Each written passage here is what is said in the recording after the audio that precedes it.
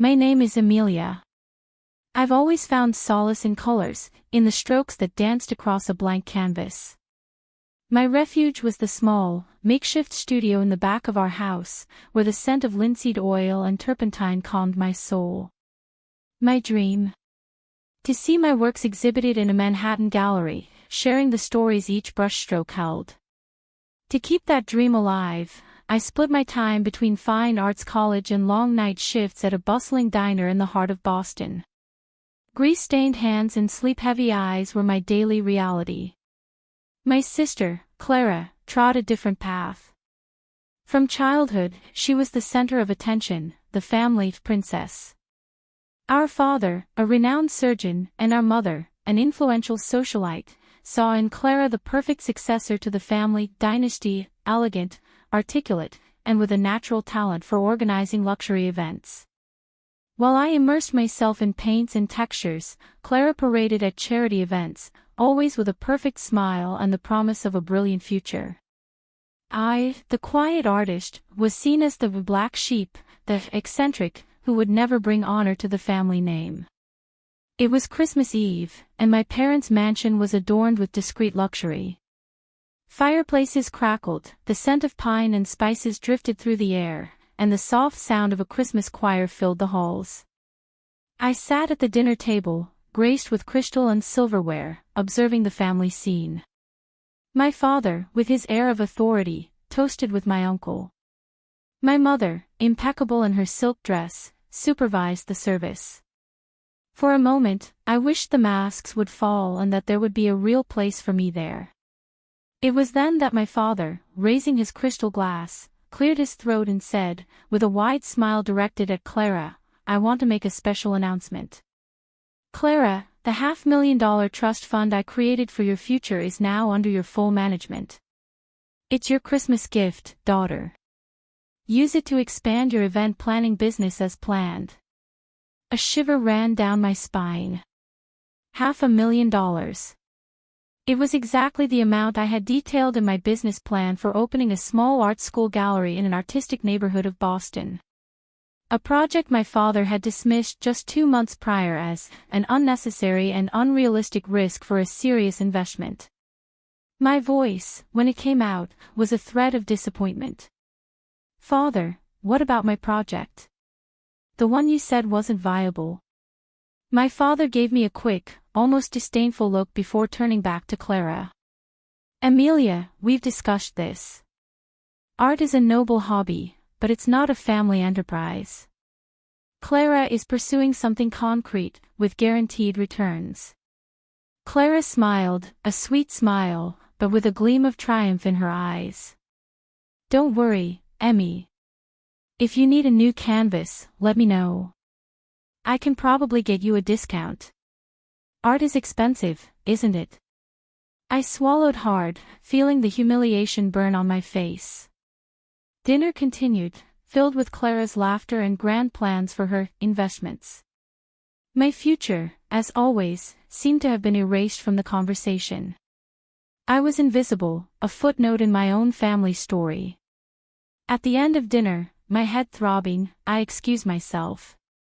"I need some air." The cold winter night air whipped my face, but it wasn't colder than the sense of emptiness that had settled in my chest. I wasn't just disappointed, I was silently furious, a rage that threatened to overflow. The following months were a true ordeal. My routine was brutal: art classes during the day, exhausting work at the diner at night, studying in between, and feverishly painting in the few hours I had left. My eyes burned with fatigue, my hands were rough from washing dishes and handling paints. I lived on cheap sandwiches and cold coffee. My clothes were worn, my art supplies were the most basic I could afford. I told myself it was a phase, that the light would come. But the truth was, the darkness seemed to deepen. Humiliation became part of my daily life. At work, I saw younger, less experienced colleagues being promoted. At college, I felt inadequate compared to students who had the best materials and the luxury of dedicating themselves fully. My exhausted body began to show signs. I remember one afternoon in the college studio. I was hunched over a large canvas, the brush heavy in my hand, trying to bring a figure to life. Suddenly, my vision blurred, colors merged into a smear, and the floor seemed to rush toward me. I woke up in the hospital, to the smell of disinfectant and the monotonous beep of a monitor. The doctor told me, "Severe exhaustion, miss. You need to eat and rest." He asked if I wanted him to call someone. Weakly, I just shook my head. My parents, by chance, received the hospital notification, but they didn't visit. Not even a text message. My father sent a short email, "We heard about your little incident. Take care of yourself. Don't push yourself so hard with your hobbies." Hobbies. The word echoed in my mind. Clara, meanwhile, posted a photo of herself at a luxury spa that same day. Finally, some well-deserved rest. Thank you, Mom and Dad, for always taking care of me. The contrast was a punch to the gut. 2 weeks later, still convalescing in my tiny apartment, I received an unexpected visit. It was my painting professor, Mr. Grant, a renowned artist who had always believed in me. He brought a grocery bag full of fruits, vegetables, and a homemade meal. "I heard what happened, Emília. You're exhausted." He didn't ask me why I was like this, just looked at me with a compassion that made a lump form in my throat. That night, I ate the warm meal and slept more deeply than I had in months. I felt like an emotional beggar. I didn't want charity, I wanted to be seen, to be valued. I picked up my phone again. Clara had posted a carousel of photos from a fashion event in Paris. She looked stunning, surrounded by luxury, the caption talking about new partnerships and horizons. My paint-stained fingers, my broken nails, my faded hoodie. It was my raw reality. I remembered when I asked my parents for a scholarship to an intensive art program in Milan. My father said there were no funds available for luxuries, and my mother added, "You're strong, Emília. You always find a way." Clara is more delicate, she needs more support to take off. Meanwhile, Clara received a monthly allowance of $4,000 for image expenses and networking, not to mention travel and high-end event costs. This information, which I casually discovered through a family conversation, was the final blow. The difference between her luxury and my strength was abysmal. Indignation turned into a cold conviction. I couldn't stay silent anymore. Not for revenge, but for justice. The dinner table at the next family gathering wouldn't be the same. I booked a cheap flight, with layovers and delays, that would take me to New York in time for Easter dinner at my parents' house. I arrived exhausted but with an iron determination. That night, the dinner table seemed grand and oppressive. My parents and Clara chatted animatedly about the latest business and event news.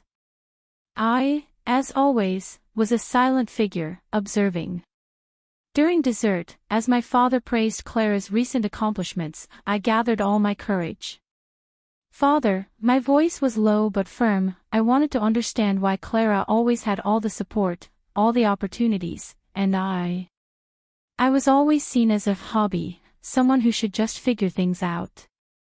My father gave me a confused, almost annoyed look.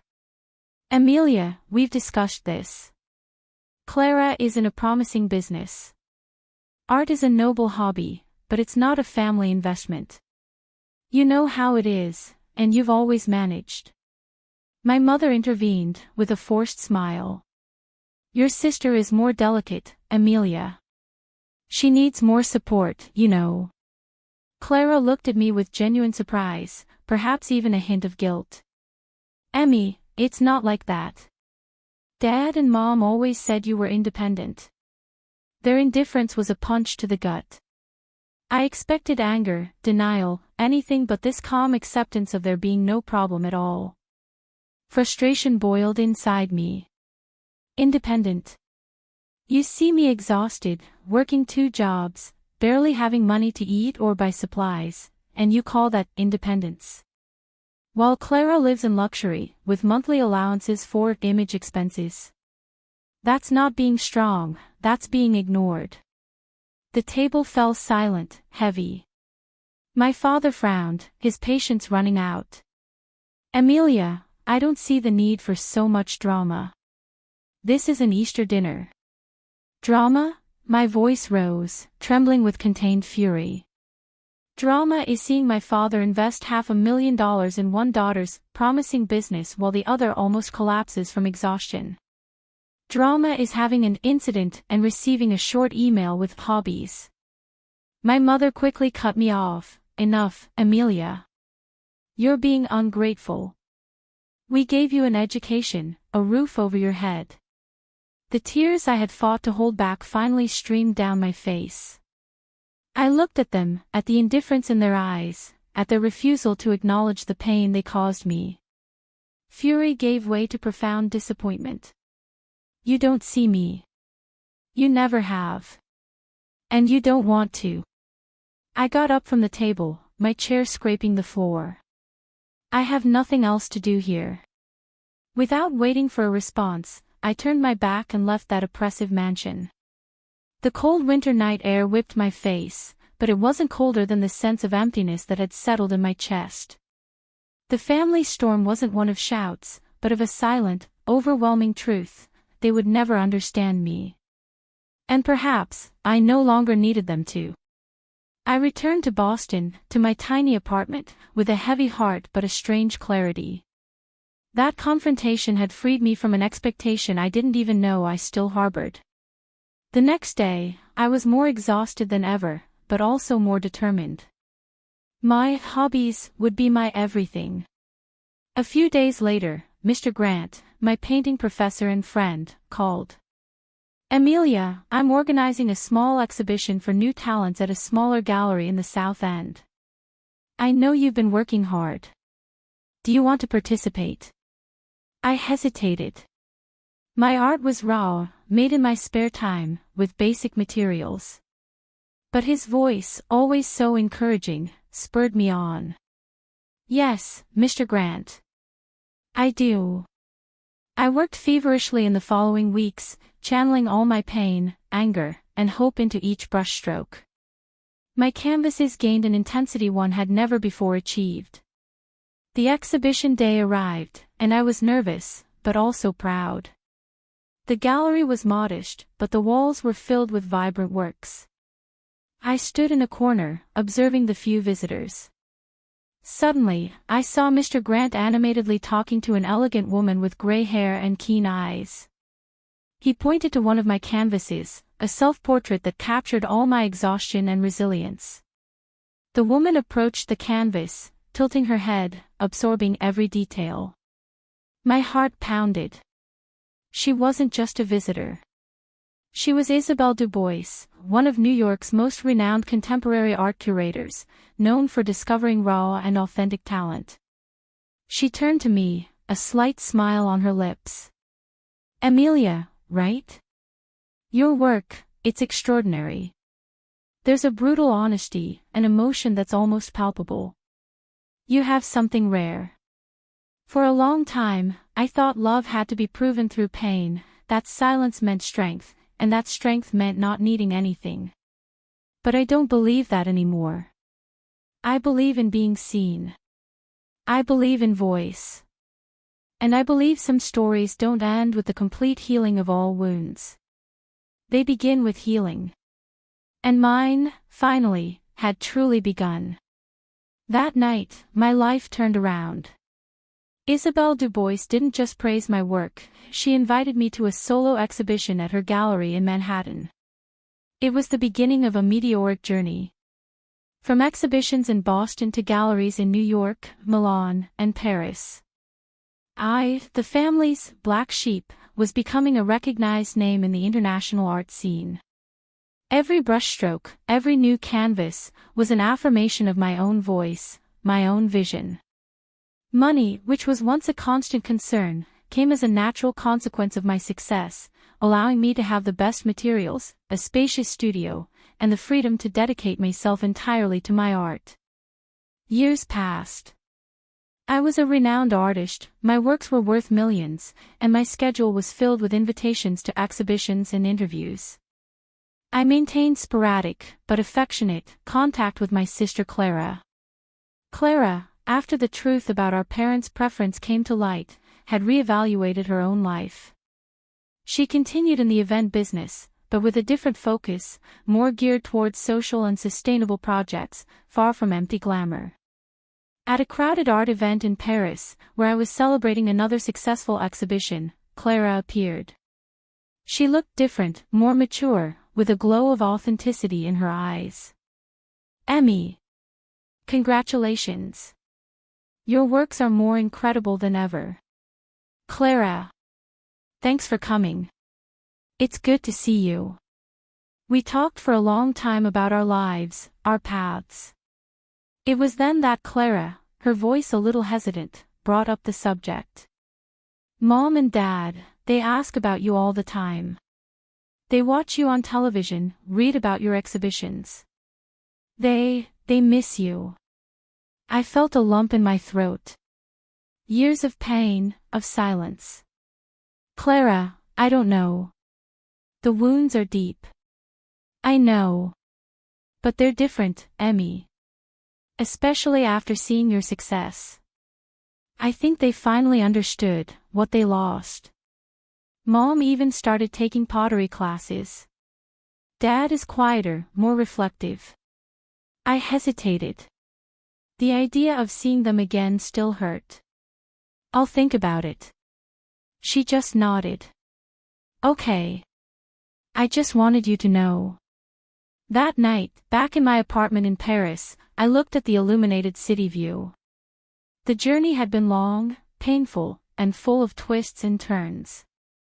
I remembered all the times I felt invisible when I sought validation and love from my parents. I thought I needed to be seen by my parents, that their approval was the key to my happiness and the recognition of my worth.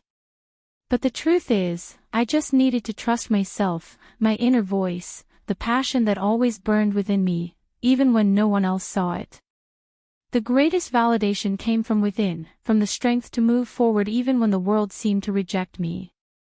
Art wasn't a hobby, it was my refuge, my therapy, and, finally, my voice. And by embracing who I truly was, I not only found my place in the world but also, paradoxically, began to be seen by those who once ignored me. Peace didn't come from total forgiveness, but from the understanding that my value never depended on their gaze, but on my own belief in who I am. Thank you for listening to Emília's story.